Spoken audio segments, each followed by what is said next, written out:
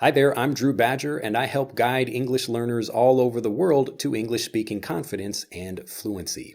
In this video, I just wanted to talk about how to speak continuously and fluently. And now this is a topic that we regularly discuss on the channel, so I often get more and more questions about this. So it's a topic we like to return to. So something we like to cover again and again. So let's just talk about this. I don't want to spend too much time talking about it because there really are just some very simple things you need to know about how to speak fluently and how to especially develop the ability to speak continuously. Now, continuously, I'll just contrast this because people will often use continually and continuously, and so these are related words, but their meanings are actually different. So this isn't a video about that, but I thought I would just cover both of these since we're here. So continuously means you actually have something that's continuing nonstop, but continually means something happens and then maybe stops, and then something happens again, and then that same thing happens and stops and stops and stops. So you have something that again continually, like the lights are flashing continually. So like say maybe the light would come on and then the light would go off and then the light would go on again. But continuously means I'm doing something and it's not stopping ever. So continuously. So maybe like the alarm was playing continuously for, 2 hours. Like a car alarm was continuously for 2 hours. Anyway, just to get that out of the way. So continuously versus continually. And these are the kinds of things like you can elevate your English to a much higher level if you study these more kind of intricate and difficult things about the language. And if you can use it properly, it's really noticeable to especially more educated native speakers or people higher up in maybe companies and various academic circles. Anyway, so let's talk about fluency and being able to speak continuously. Now, if you watch these videos and you're wondering how I'm able to just speak like this, am I thinking in my head before I speak? And it's kind of a tricky thing, really. I don't really have a particular idea in my mind about exactly what I want to say. I mean, I know, okay, right now I want to speak about how to speak continuously, but I don't have a specific thing in my mind about what I want to say. So I'm not really thinking about exact words or how exactly I would express it. It's almost like I'm kind of leading myself forward with a specific idea, and then the language comes from that. So I try not to do the thing where I'm like pushing the language out of me by thinking of a particular thing. I'm thinking about where I want to go and having the language kind of being pulled out of me. I know that sounds kind of weird, but if you think about it in your native language when you're expressing yourself, especially if you're not really thinking about what you want to say, it becomes a bit more clear how you can do that. But the ability to do that comes from developing habits, and this is why I talk about the 7 English fluency habits a lot, and why it's such an important thing to not think about English learning and fluency in general as a thing or a series of ideas that you have to learn, like a whole bunch of grammar points or how to pronounce certain words or even vocabulary. Of course, all of these things are important, but the most important thing is to take some bit of information and you really work with that thing. So like we do in Master English Conversation, we approach things from many different angles. So we might have a phrase where people would practice saying it, they would write it down, they would listen to it, they would try using it in conversations, and they would try teaching it to someone else. So all of these give you an opportunity to take one thing and really develop a strong sense of how it works, and then actually become able to use it automatically. So when you're thinking about how do you express yourself in the same way I'm doing now, or in the same way you do with your native language, you have to develop the habit of just speaking like this and letting like the idea, the place you want to go, the thing you want to express, you let that lead you, and then the language comes out of you in this way. And again, it's not something you can really consciously do about thinking, what do you want to say? Because the whole point of fluency is that you're doing it automatically. So right now I'm speaking automatically. I'm not thinking about what I want to say first. The words are just naturally coming out of my mouth. But the only way I can develop that, and the same way I develop it in Japanese, is just by thinking about, okay, I'm going to learn this particular phrase and I'm going to use it with a bunch of different people. So there's this joke that I use often when I'm speaking Japanese. I won't say the Japanese, well, I guess I could, Well, it doesn't really matter, but I mean, the point is that you're talking about an example of like, all right, here, I'll give you a better example. So I was at a grocery store near my house, and I saw one of the staff women that was there, and she was talking with a customer, but she was holding something in her hand. And I said, oh, are you buying something? Like, kyo wa kaimono desu ka? So are you buying something today? Like, are you shopping today? And she was like, oh, no, I'm working here. I was just getting something for the customer. But so she is standing there, and I was like a bit confused. And then I said, oh, I bet you get an employee discount. So, shain waribiki morao desho. So like I bet you get like an employee discount.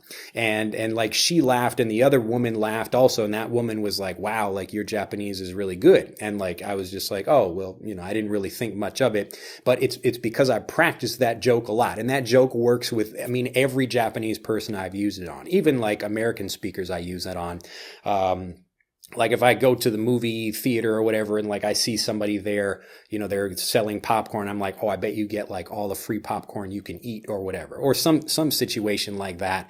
But anyway, it's typically where people like usually don't get some kind of employee discount, and it's kind of the opposite of what's expected.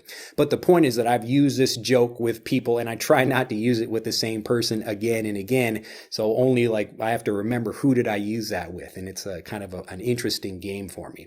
But I'm thinking about that thing and how to express it, but because I practiced it so many times, it comes out automatically when I speak. So no matter where I am, I know like it's made like the last 10 people laugh, and it's probably going to make the next person laugh as well. So all of these things, like when you're just thinking about it, and like right now, if I try to stay in my own head and think about what I want to say next, it stops me from actually getting into the flow. And this is a big problem for a lot of learners of English. So they're kind of spending more time in their head than just trying to like let the language naturally come out. So kind of spend your time not thinking about the words you want to say, but the idea you want to express. So don't worry about the exact words that you'll use for that. Even what I'm saying right now, there could be many different ways of expressing this, in different ways, and maybe much better ways if I took some time and thought about it. So that's why the way I speak is often different from the way I write, because I can write something down and then take time to edit it, and I go back and change a few things. But right now, this is called stream of consciousness. So I'm just letting the words come out of my mouth. And this is the same thing that you can do if, instead of staying inside your head, you kind of project, like to think about an idea that you want to express yourself or express, and then let the words kind of be pulled out of you. This is the same way that I just live my life in general. I try not to think about things too much, just like I had a live lesson here on YouTube not that long ago, the first one ever, and I just began without knowing anything about how the system works. So if you go back and watch that video, you'll see me sitting there just like, okay, I'm like talking to people, but I felt confident about it anyway, but I knew I didn't really know what I was doing. And I thought it was an interesting kind of weird interface because the comments weren't right where I could see myself. So I actually had to go to the page on YouTube where people would be normally watching the video, and then pause that video and then look at the comments scrolling over there. But the point is that I'm stepping forward into the place I want to be and then pulling myself that way.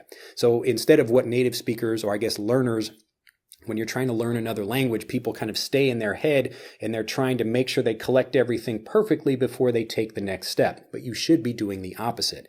So this is how you develop that ability to speak continuously. So number one, you have to kind of get outside of your head and just think about the general idea you want to say, and then just start maybe working towards that. Like if I see there's a red fire truck over there, so I say, oh, there's a truck over there. Like I'm just beginning to say it, and I talk with someone else. And usually the conversation, when you're speaking with a native speaker, or you're even just listening to someone else speak, you can get a sense for what's correct by, are they able to understand what you're talking about? So are they able to follow your instructions? Are they able to connect with you in the conversation? But these things happen over time as the words begin to come out. So what you say initially might not be perfect, but it's a start. And that's really the best thing you need to do to get fluent. So the number one thing is kind of to stay out of your own head and don't worry about trying to express yourself perfectly, because just by, again, doing this stream of consciousness, you develop the habit of being able to speak without thinking about it. I remember back maybe when I was in maybe elementary school, and we had to give some kind of 1 minute long speech, and I couldn't do it. So I got up, and it was even like a thing I had selected to talk about, which was plants or something like that. But I got this topic, and I had to walk up to the front of the room and stand there in front of all my classmates and talk for just 1 minute. And if I'm like looking at the counter, I'm like speaking for 10 minutes right in this video, and I'm not even thinking about it. I'm just going on and trying to not only explain how a stream of consciousness works, but also just to give you an actual example of that. So again, all the things that I'm saying right now, like I'm not thinking about them first, they're kind of coming out of my head, and I'm almost thinking about them as I say them, but I just don't really worry about whether it's the exact right thing I should be trying to say. So again, try to stay out of your own head. Don't try to create the language perfectly yourself. Try to project where you want to go, and then just begin speaking. Just begin trying to express yourself, and then over time you develop the habit. So the second part of this is that developing the habit comes from actually doing it. You can't get the opposite. And this is why you can't like magically go from learning the textbook way to being able to speak confidently. You have to go through the process of crossing what I call the English fluency gap. And this is the current level of English that you have right now, where you can understand what I'm saying, but you can't speak fluently. So the only way to do it is really to develop the habits of a native fluent English speaker.